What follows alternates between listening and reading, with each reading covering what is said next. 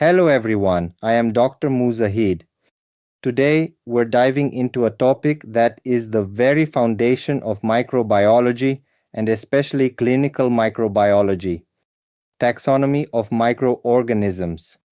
Now, I know what some of you might be thinking. Taxonomy sounds like a lot of memorization, but trust me, by the end of this, you'll see it's more like the ultimate detective toolkit for identifying pathogens. So, what is taxonomy? It's the science of classification, but it's not just about putting things into boxes. It's built on three pillars: classification, grouping organisms based on similarity or evolutionary relationships; nomenclature, naming them according to international rules; identification, the real world hands on process of figuring out what that organism is.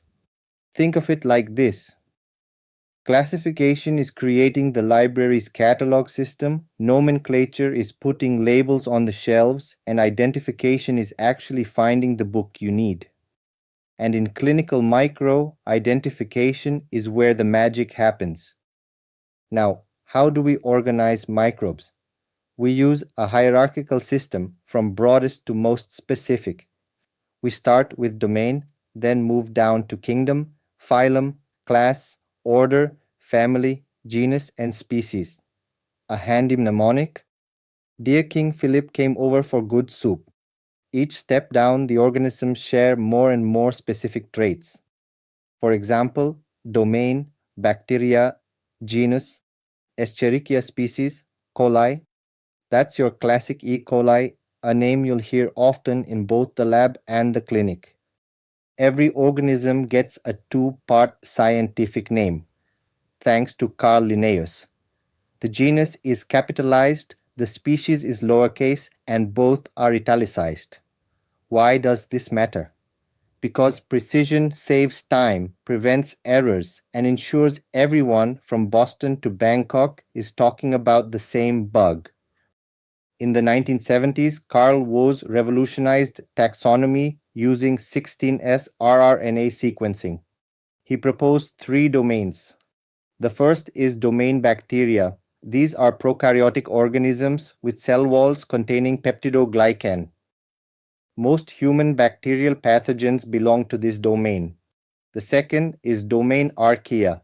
These are also prokaryotes, but their cell walls do not contain peptidoglycan. Think extremophiles, hot springs, salt lakes, and rarely cause human disease. The third is domain eukarya. These organisms have a true nucleus and membrane-bound organelles. This domain includes fungi, protozoa, and helminths. So, how do we actually classify microbes? We use a mix of old school and high tech methods. First, the classic methods you already know. We observe cell morphology, such as cocci, bacilli, or spiral forms. We use staining techniques, especially gram staining and acid-fast staining. We perform biochemical tests, including sugar fermentation and enzyme production like catalase and coagulase tests. Then, chemical methods. One method is FAME analysis, which examines fatty acids in the cell membrane. Another very important modern tool is MALDI-TOF mass spectrometry, which uses a protein fingerprint to identify an organism in minutes.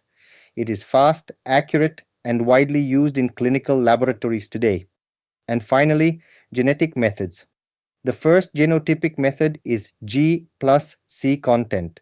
DNA is made up of four bases: adenine, thymine, guanine, and cytosine. The percentage of guanine and cytosine, called the G plus C content, varies among different microorganisms. Closely related organisms usually have a similar G plus C percentage, while unrelated organisms show significant differences. The next method is DNA-DNA hybridization. In this method, DNA from two organisms is denatured and allowed to re-anneal. The more similar the DNA sequences are, the more they will bind together.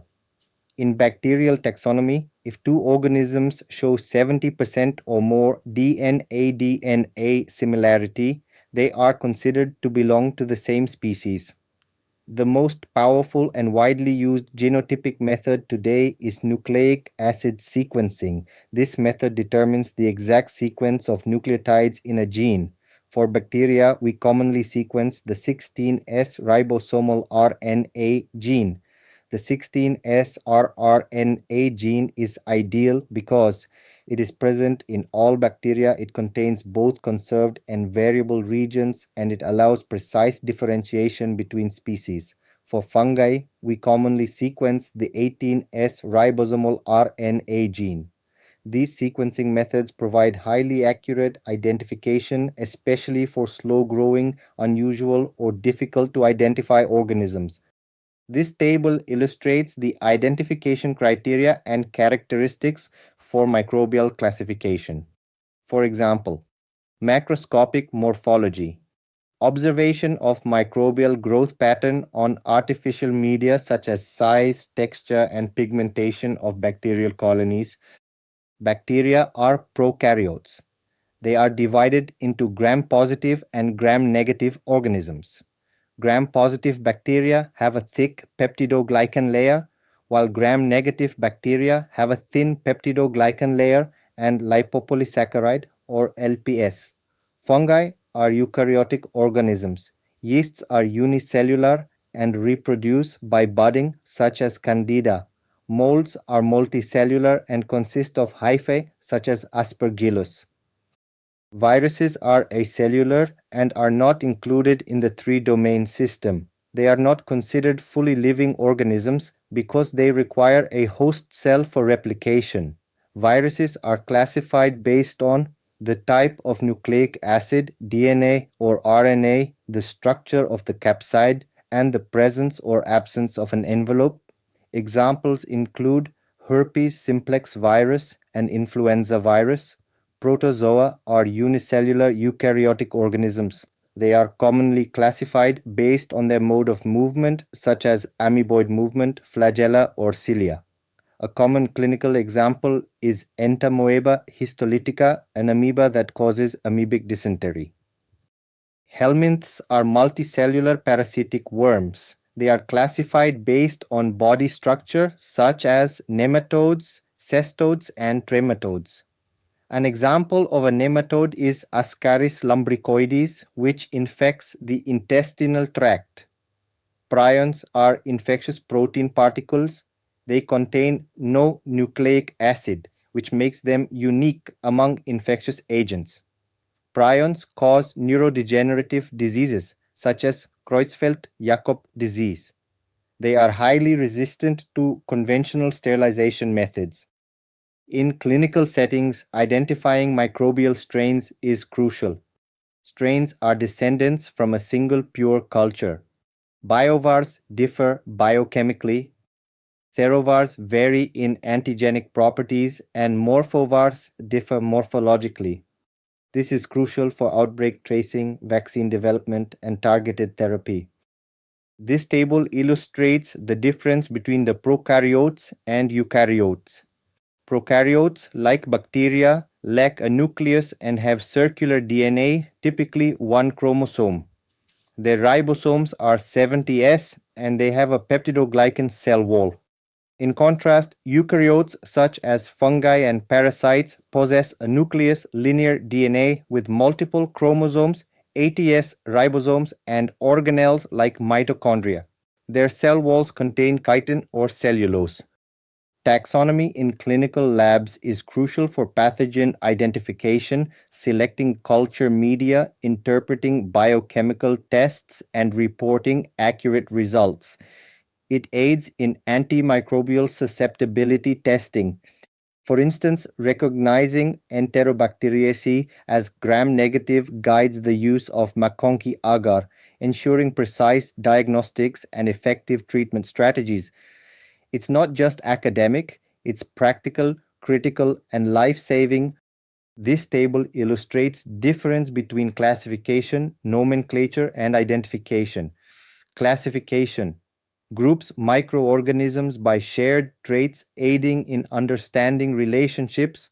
Nomenclature provides standardized names ensuring clear communication.